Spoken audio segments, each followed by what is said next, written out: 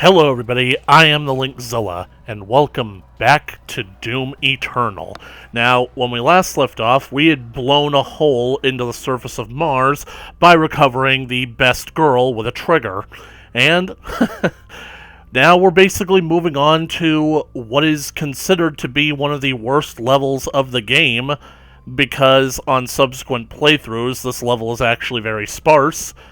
However, I actually consider Sentinel Prime to be one of my favorite levels of this game, because it feels like one of the few levels that genuinely gave me what I wanted.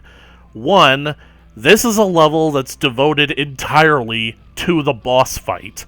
That's something that, quite frankly, the makers over at id Software need to start embracing, because you basically play through episodes 2 and 3, Shores of Hell and the Inferno. You make it all the way to the end. You make it to map 8 on those levels, and then you basically create a save file there that you can go back to over and over, because you want to just have a one-on-one fight with the Cyber Demon. You want to have a one-on-one fight with the Spider Mastermind, even if it only lasts 2 seconds.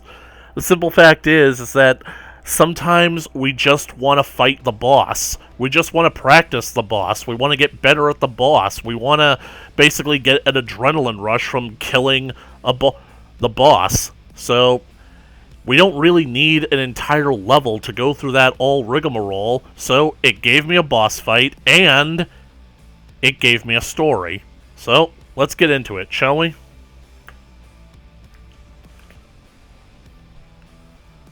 The Arbalest. There's just a few things that I'm confused about because of this cutscene that we're about to see. In this level, we're going to learn about the history of Argenta, and in the next level, Taras Nabad, we're also going to learn about the Sentinel Civil War, which basically the Resistance was led by the Doom guy, by the Doom Slayer. So right now, we're going to Sentinel Prime, which is clearly in control of the makers. So every single one of these Sentinels that's about to salute us, they're on the maker's side. Basically, that means that Doomslayer was a betrayer. He was a turncoat, a traitor to them. Why are they still treating him with such respect when they should consider him an enemy? So it's just one of those things that doesn't make any sense.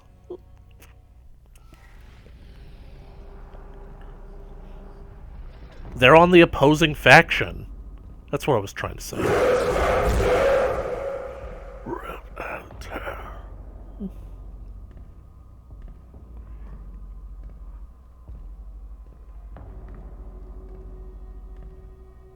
Welcome home, Great Slayer. Alert the priest.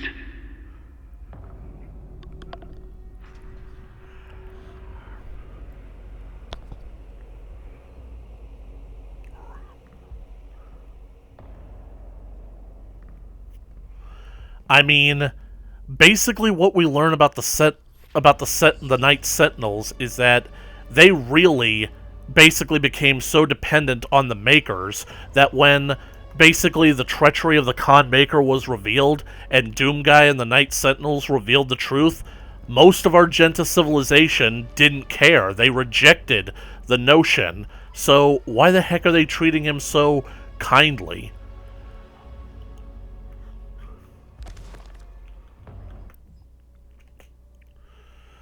God, I really wish that I could build that. The ancient arena is a holy place for the people of Argent D'Nor. Constructed in the earliest days of their history, this Colosseum served as a proving ground for trial by combat. Historical records indicate that Argenta did not jail their own kind. Rather, prisoners and criminals were granted the right to earn their chance at regaining honor through victory in the arena. You know, I know that they're kind of like a very brutal and kind of feudalistic society, but that sounds like a very bad idea. Basically speaking, like, I can't even say it because of YouTube, but what if someone who's guilty of sexual assault, do you really want that person to just punch their way out of their problems?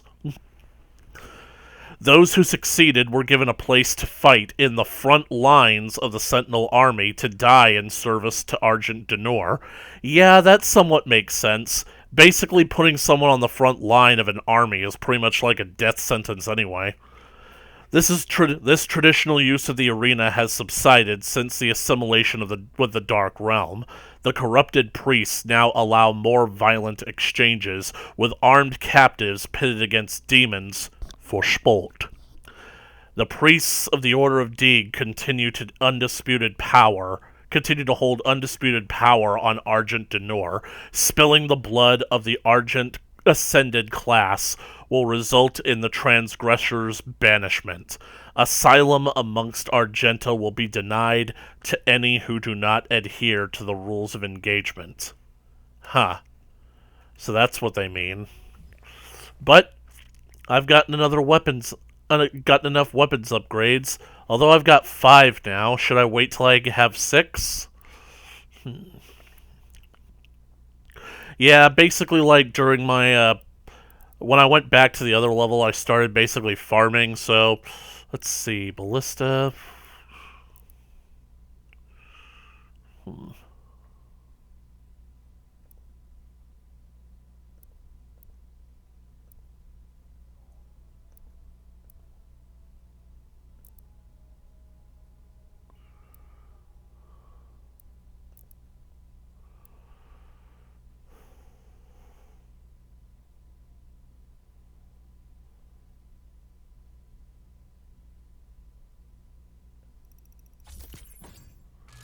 I gotta admit that the full auto is actually pretty useful.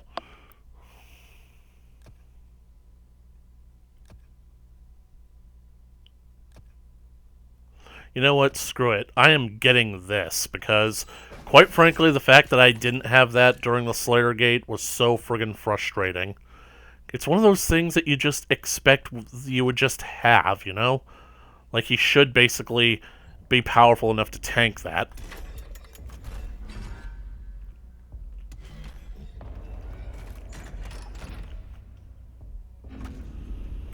And time for the game to confirm to me what everyone should have already known after playing Doom 2016. But then again, apparently Doom 64 is some kind of underrated gem that nobody ever heard of. Valley, just outside the castle walls. He was badly wounded and wearing this.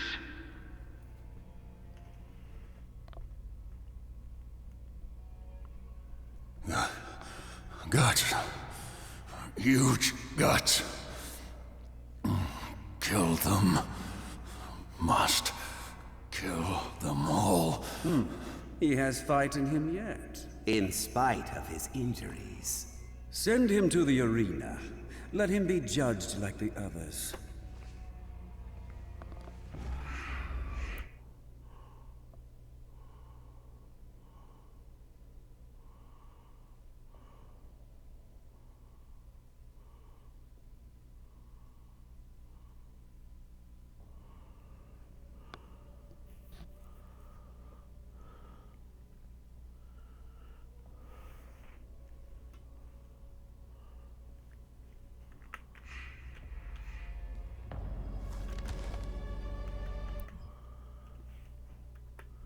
In the time of King Novik, as the Argenta secured peace and safety through the dimensions across time and space, an outlander came to us. He was not of our world and spoke an ugly tongue. How he first took step onto our lands was unknown. Sentinel scouts had found the outlander, bloodied, clawed, and near death, mumbling of impending doom and the forces of darkness. The scent of blood followed him, and the gore that stained his armor seemed not entirely his own.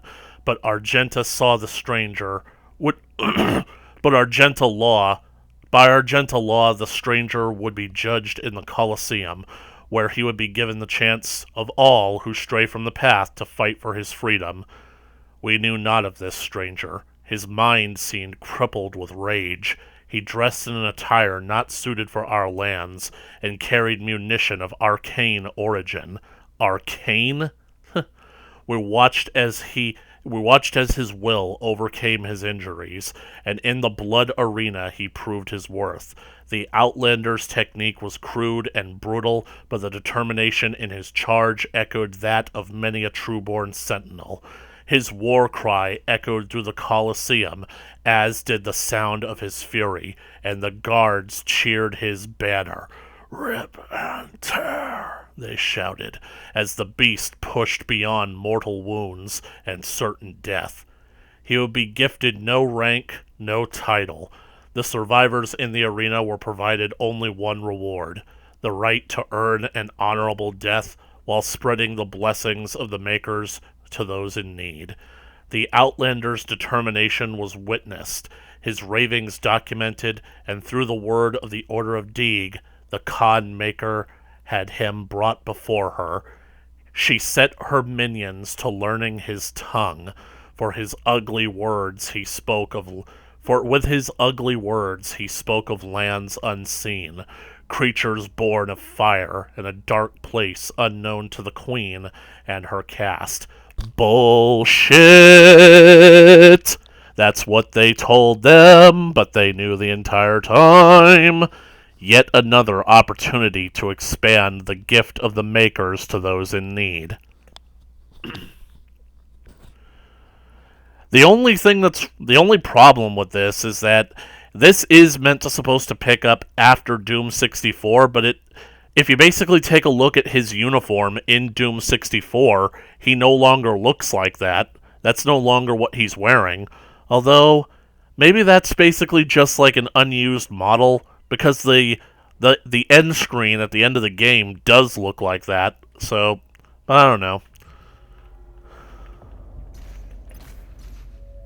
I offer you, O great powerful one, a sign of truce.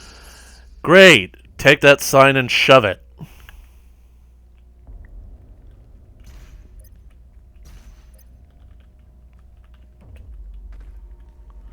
Huh. Had no idea that armor was tucked in the corner there. Did I not? Oh, there it is.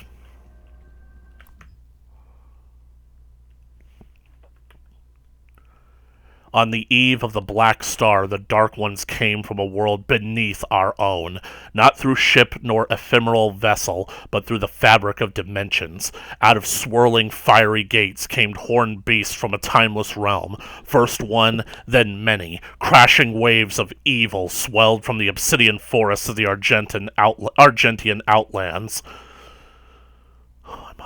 The Alorum clans from the eastern mountains fell first to the black hordes of devils, and the city of Talorum was slung under the weight of their charge. We sentinels rose to meet the beasts with spear in hand, the might of the holy fleet striking back at the demons, but the dark gates from whence they came gave birth to an even greater hordes. A line of blood was drawn with the fallen of both sides, and the unholy wars began as the time of darkness came upon us.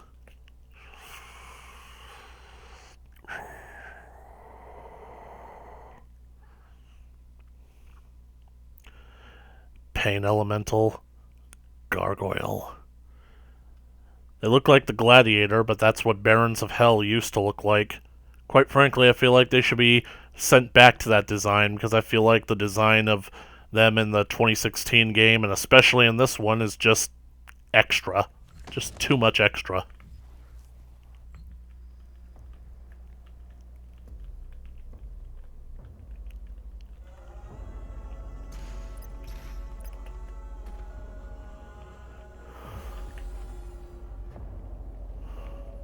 I know of what you have left behind. Go back to it then. Leave this crusade. You cannot save them. They have asked me for this, and so I give it to them. If you let the priest live, then I will return to you what the demons took from you so long ago. You need only turn back, and it will be yours again. All the pain you carry will be gone. Like I said, you know where you can stick that.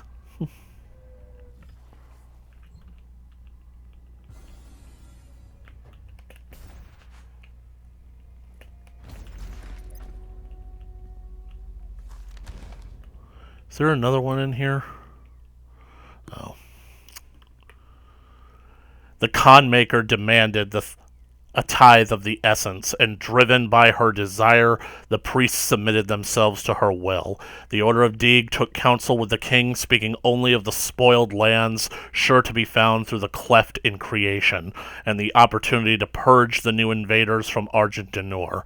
We took the war to their cursed land, pressing through the gates of wizardry. There was one among us who seemed to know the true nature of these foul demons. It was the Outlander, the stranger who had come to us from places unknown.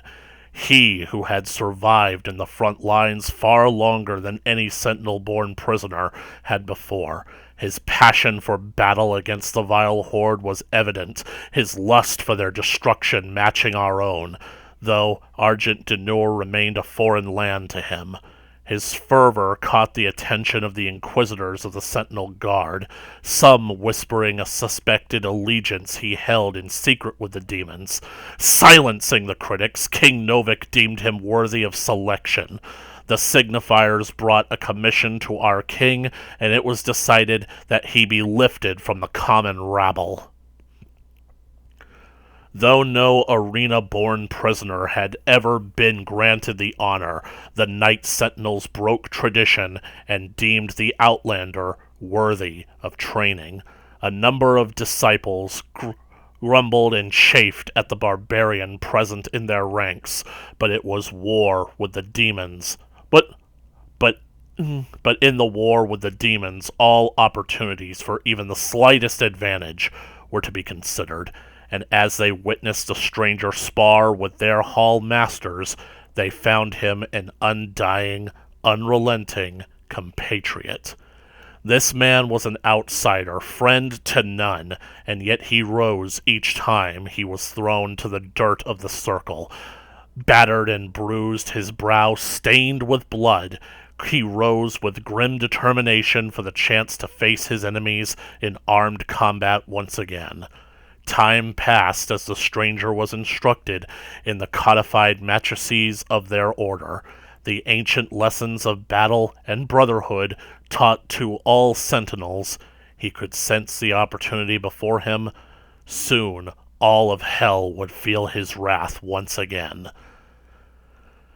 Satisfied that he would not be a detriment to their prowess, the Knight Sentinels granted him his wish as they ventured through the Hell Gates, and with the stranger in tow, they knew no rest, fighting in the unnatural element and training under the blood moon of night.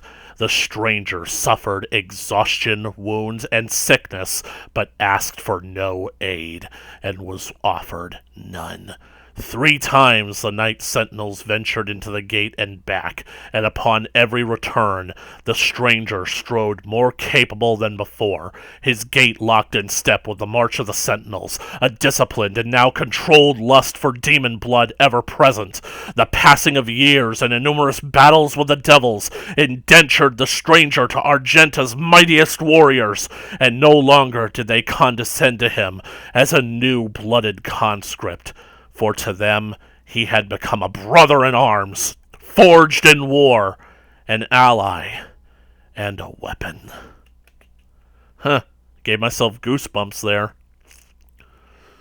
I like that basically they depict him in his old armor, but they also have a sort of halo around his head.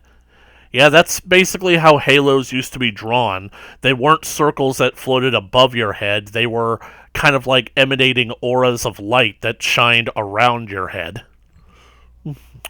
Okay, is there anything else in this room? Yep, there's another one down there.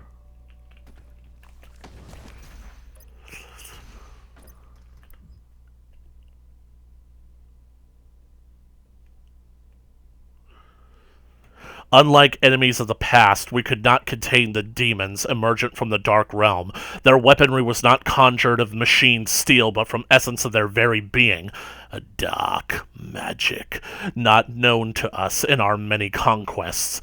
Had we grown overconfident, our victories serving to dull our blade as we drank the glory of our expanding empire? Lost, we knew not of how to prevail against this foe. The Maker God stood perplexed, and our engineers and priests scrambled to find the advantage in the battle we so desperately needed.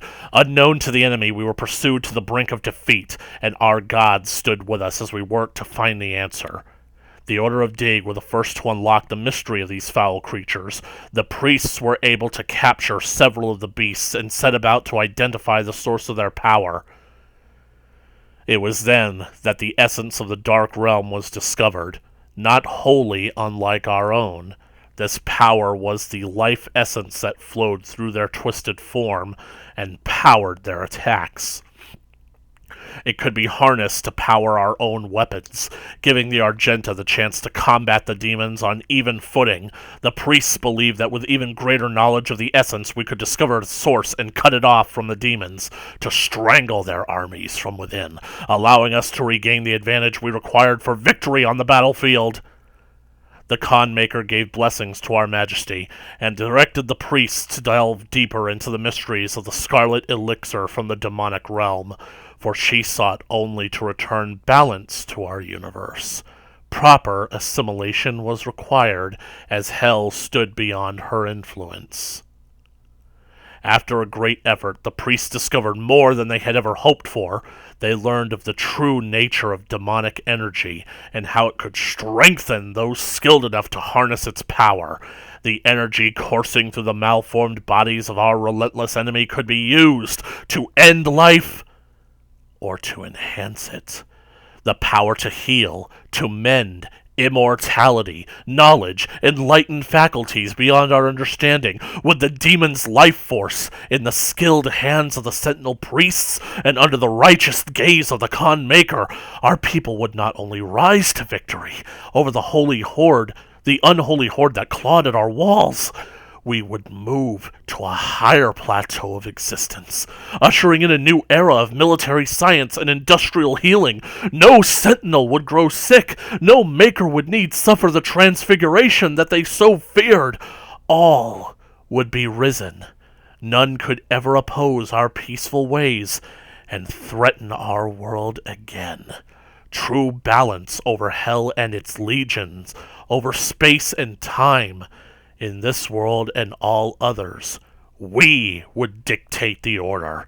United with the Makers, we would find peace eternal. So you wanted to domesticate hell. The dark side of ambition, it leads to destruction. There's nothing wrong with being ambitious, but it has to be tempered with discipline and restraint. Because then, if not,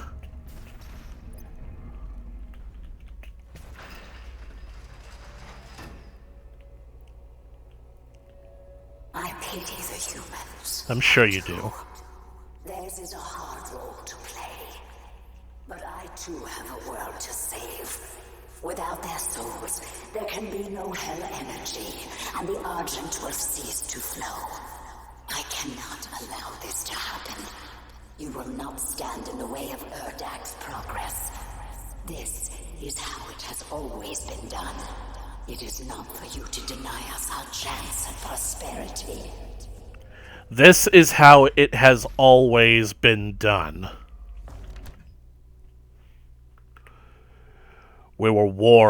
As we warred with the beasts, the Argenta society grew under the watchful eye of the Makers and through the endless power of the Essence. While our generals were consumed with the unholy war, our culture was marked by the beautiful potion the enemy had provided us, the sweet elixir. It brought us immeasurable capacity and empowered us to reach farther into dimensions once thought to be beyond our grasp. Under the direction of our Maker gods and the engineering of our high priests, our weapons blazed and our war machine stormed. The throngs of the populace drank deeply from the well of energy unveiled by the priests, but we of the Night Sentinels took no part in their abundance. Some among us whispered accusations and warning against this manner of progress, but they were quelled, as it was not our role to dictate the future of our people, only to defend it. It's all bullshit.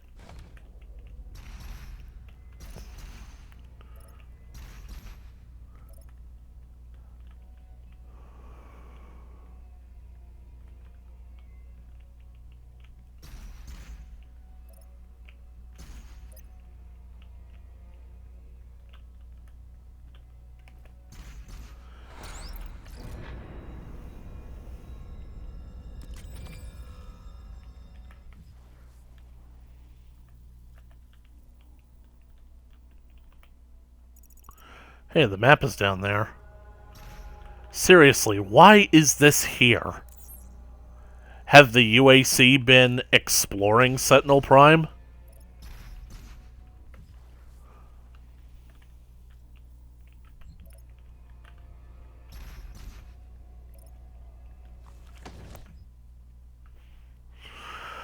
Oh. As the Black Star ascended to its zenith, King Novik sat restless on his throne, as a howling darkness began to assemble just beyond the mountain rise to the east. The Blight came upon us in droves, flooding forth from the Hellgate with merciless fury. They brought with them a monstrous titan, the Dreadnought, a beast to rival the stature and the menace that even the mightiest ancestral. The grotesque giant laid waste to all before him, crushing all in its path. This was a total demonic assault, striking at the heart of Argent D'Nur as never before. How was it that the behemoth could pass through the demonic gate without warning? We would never know, as though the Night Sentinels believed treason was at play.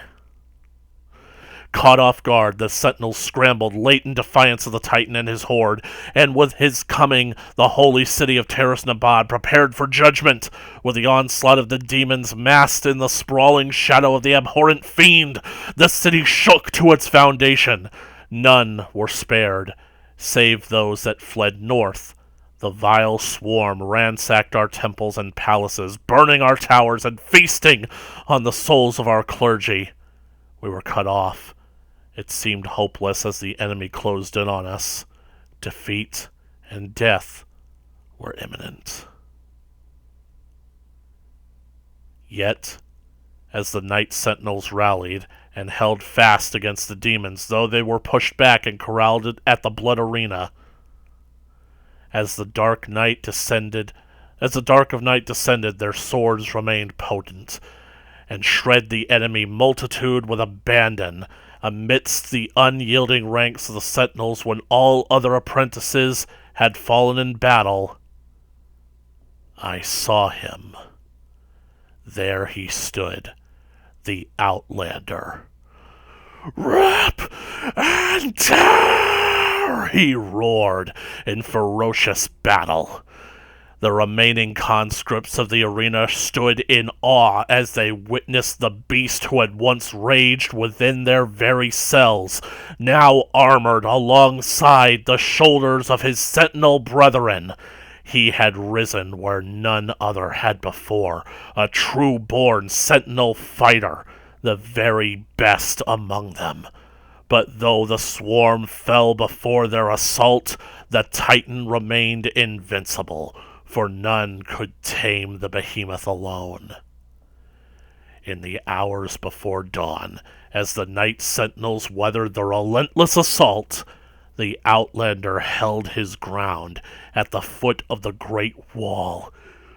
In the northern bend of the castle, seeing his unending vigor, Samur, Chancellor to the Mother God, hurried the Outlander away under a veil of secrecy and, for reasons unknown, submitted him to a rite untold. This was heresy, for Samur received no consent from the Khanmaker, nor did he receive her counsel.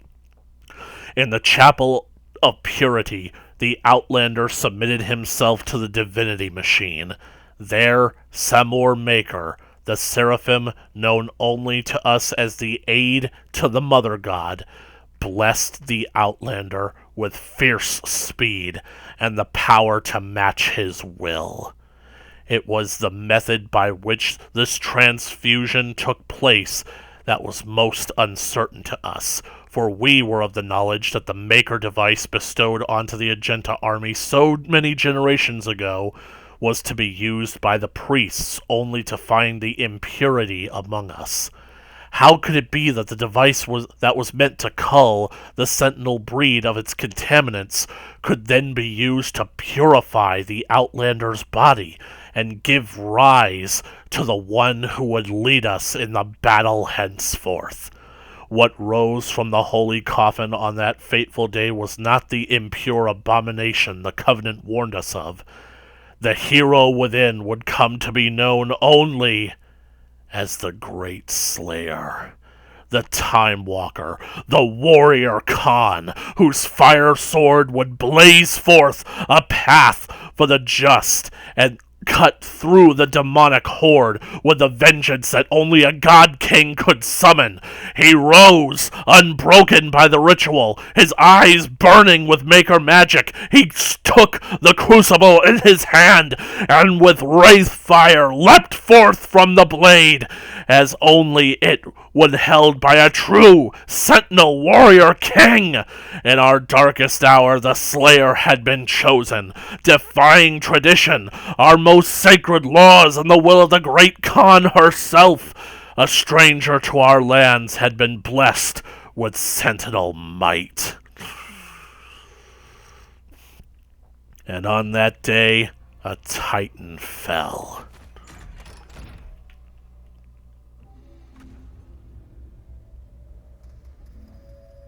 I cannot stand by and watch as you put our future at risk. Earth will be consumed, and the energy will continue to flow.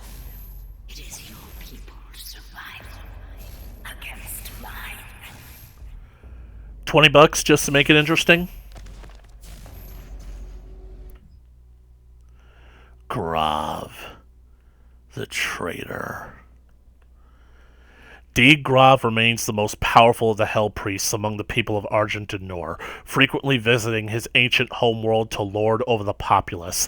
Arrogant and pompous, Grav calls for blood sport in the arena to entertain the fallen citizens of Sentinel Prime. Since the demonic invasion of Earth began, he has operated on the planet's surface along with his fellow Hell Priests to direct Hell's forces, but after the deaths of Nilox and Ranak, he has fled to the safety of the arena. It was Deed Grav who facilitated the torment and eventual betrayal of the Sentinel Commander Valen, taking the keys to the Sepulchre of the Elements and opening the Vault of the Sleeping Wraiths. The ancient creatures were abducted, transported to Hell, and tortured to siphon away their power. He used the heart of Valen's son to animate the icon of sin, a titan still spoken of in legend throughout Argent D'Nur. He's going to regret that. He's going to die for it.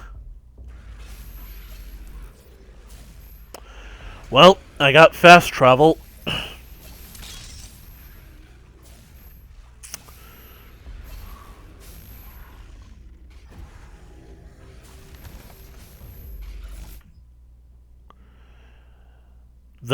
The Gladiator.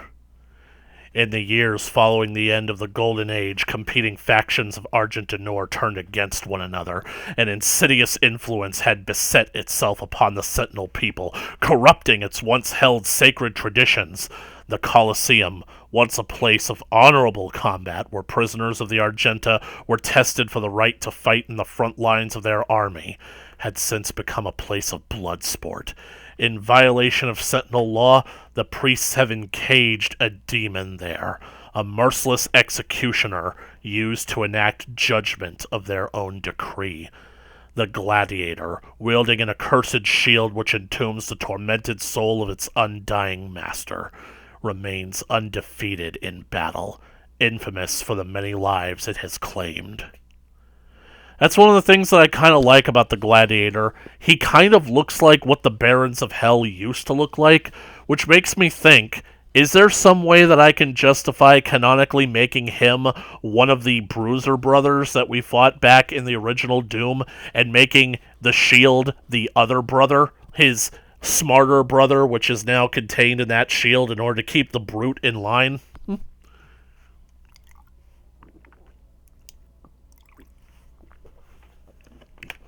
Sorry, just had to take some water there. Right. Let's see if I can fly.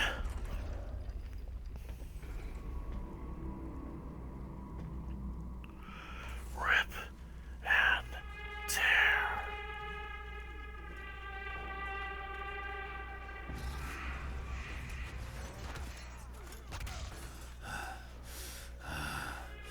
Rip and tear.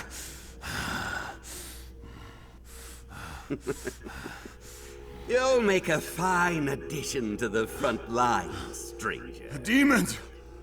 They are everywhere. Must kill them all! Dress his wounds and bring him to us. I want to know more about the others he speaks of. Yes, Your Grace. If Sentinel holy blood is spilled on these grounds, you will lose all sovereignty here.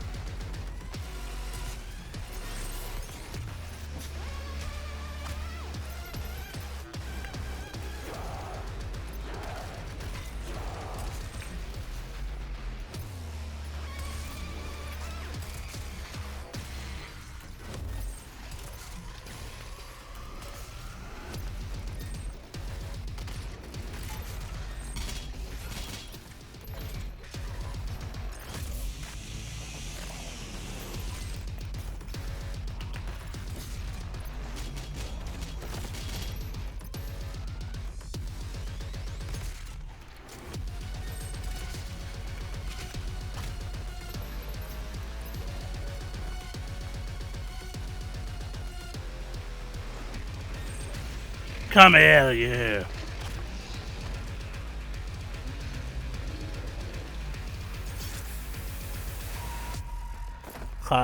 Doink. What's the matter, Pelly? You got something in your eye?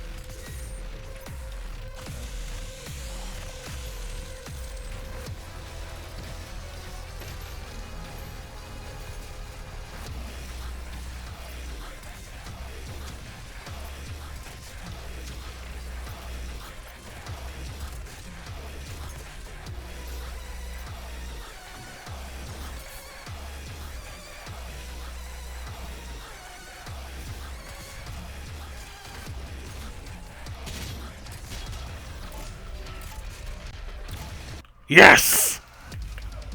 Die, you son of a bitch!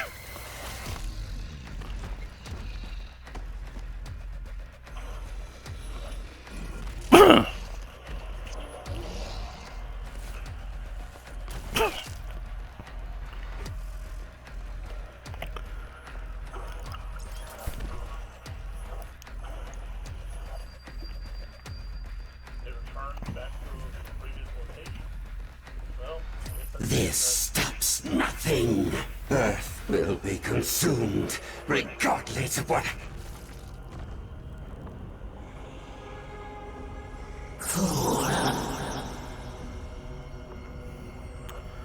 You know, honestly, he could have had Vega open the portal and then taken the priest through it. The portal is ready. We should leave immediately. But he doesn't give a shit.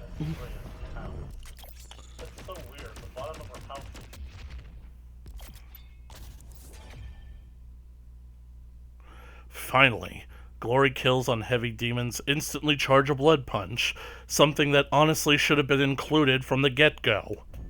Seriously.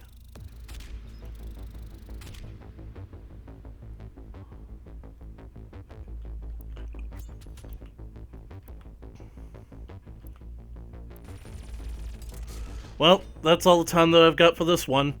If you liked it, consider subscribing. I'll see you guys.